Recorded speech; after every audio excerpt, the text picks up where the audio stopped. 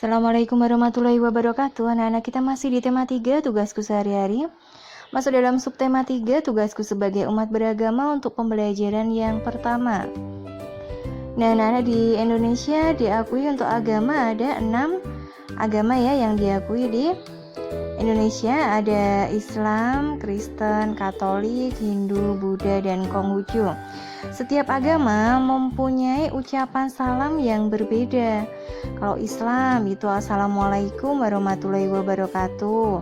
Kemudian untuk umat agama Kristen dan Katolik itu hampir sama ya. Semoga Tuhan memberkati. Kalau untuk umat agama Hindu ada Om Swastiastu. Kemudian kalau untuk agama Buddha bisa kalian cari yaitu ada Namaste atau salam kebajikan. Nah, itu untuk umat agama Buddha dan Konghucu, yaitu 6 agama serta ucapan salam yang diucapkan. Setiap siswa memiliki agama yang berbeda. Mereka memiliki tata cara yang berbeda dalam menjalankan ibadahnya.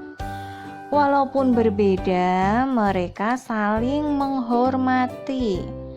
Setiap siswa bebas menjalankan agamanya. Antar umat beragama dilarang memaksakan kehendak. Jadi setiap siswa untuk agama yang berbeda ya, tapi tidak boleh untuk melarang atau memaksakan kehendak dan saling menghormati. Tugas siswa adalah menjaga kerukunan antar umat beragama agar tidak terjadi perpecahan, perselisihan, jadi tetap menjaga kerukunan antar umat beragama. Budaya tolong-menolong. Hari ini Siti belajar dengan ceria. Siti bersama teman-teman berdoa dan memberi salam kepada ibu guru. Ibu guru menyampaikan pengumuman. Pengumuman itu berisi berita tentang banjir di lingkungan sekolah. Seluruh siswa ikut membantu. Mereka mengumpulkan uang sumbangan. Sumbangan dari siswa dikumpulkan setiap kelas. Kemudian dari setiap kelas dikumpulkan untuk disalurkan. Seluruh siswa merasa senang dapat membantu korban banjir. Diskusikan dengan temanmu tentang gambar di bawah ini. Tuliskan cerita pada kotak berikut berdasarkan gambar tersebut. Nah, di sini Ibu punya cerita ya dari gambar ini. Bisa kita buat ceritanya sebagai contoh sebagai berikut ya. Kalian perhatikan untuk gambarnya ya, ini ada lingkungan yang tergenang banjir. Kemudian apa yang dilakukan Siti dan teman-temannya? Kita ceritakan di sini. Suatu hari desa Sukamaju terjadi hujan yang sangat deras. Karena hujan tidak berhenti, maka terjadilah banjir. Siti dan teman-temannya menggalang bantuan dana untuk para korban. Mereka ingin menolong para korban bencana banjir. Setelah sumbangan terkumpul, Udin memberikan hasil sumbangan kepada Pak RT untuk disumbangkan ke para korban. Jadi budaya tolong menolong ya, ini Siti dan teman-temannya, karena di desa Sukamaju terkena bencana banjir. Kita sebagai manusia harus mau tolong menolong karena manfaat tolong menolong itu sangat banyak.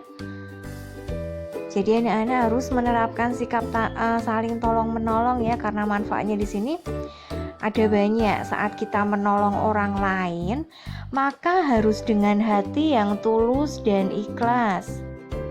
Jika kita menolong orang lain, kita tidak perlu mengharapkan imbalan. Itu arti dari tulus dan ikhlas tadi ya. Kalau manfaatnya apa? Manfaatnya banyak ya. Bisa mempererat persatuan, persaudaraan, meringankan beban orang yang kita tolong, dan dapat membuat hati kita merasa bahagia karena bisa menolong orang yang membutuhkan. Hasil sumbangan dari siswa terdapat berbagai pecahan uang. Siti dan teman-teman mengelompokkan mata uang. Setiap kelompok bernilai sama. Kita kelompokkan ya, dan ini nilainya sama.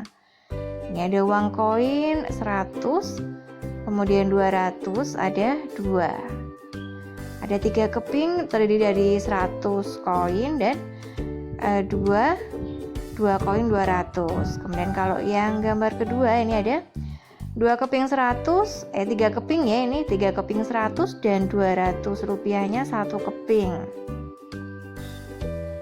Ada lagi di sini pecahannya, ada 100 koin, ada berapa keping? Ada 5 keping uang 100 rupiah. Ada juga yang 1 keping itu 500 rupiah. Nah, ini jumlahnya sama ya, setiap kelompok ada 500 rupiah.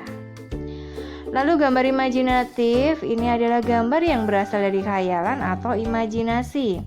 Alat yang dibutuhkan dalam membuat gambar ini ada buku gambar, pensil, penggaris, penghapus, pensil warna atau cat air.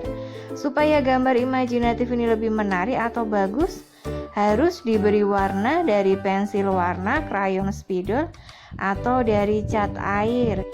Contoh yang bisa kalian buat adalah menggambar daerah yang terkena banjir, misalnya seperti itu. Anak-anak, ini untuk pembelajaran yang pertama. Sampai bertemu kembali di pembelajaran yang kedua. Selamat belajar. Wassalamualaikum warahmatullahi wabarakatuh.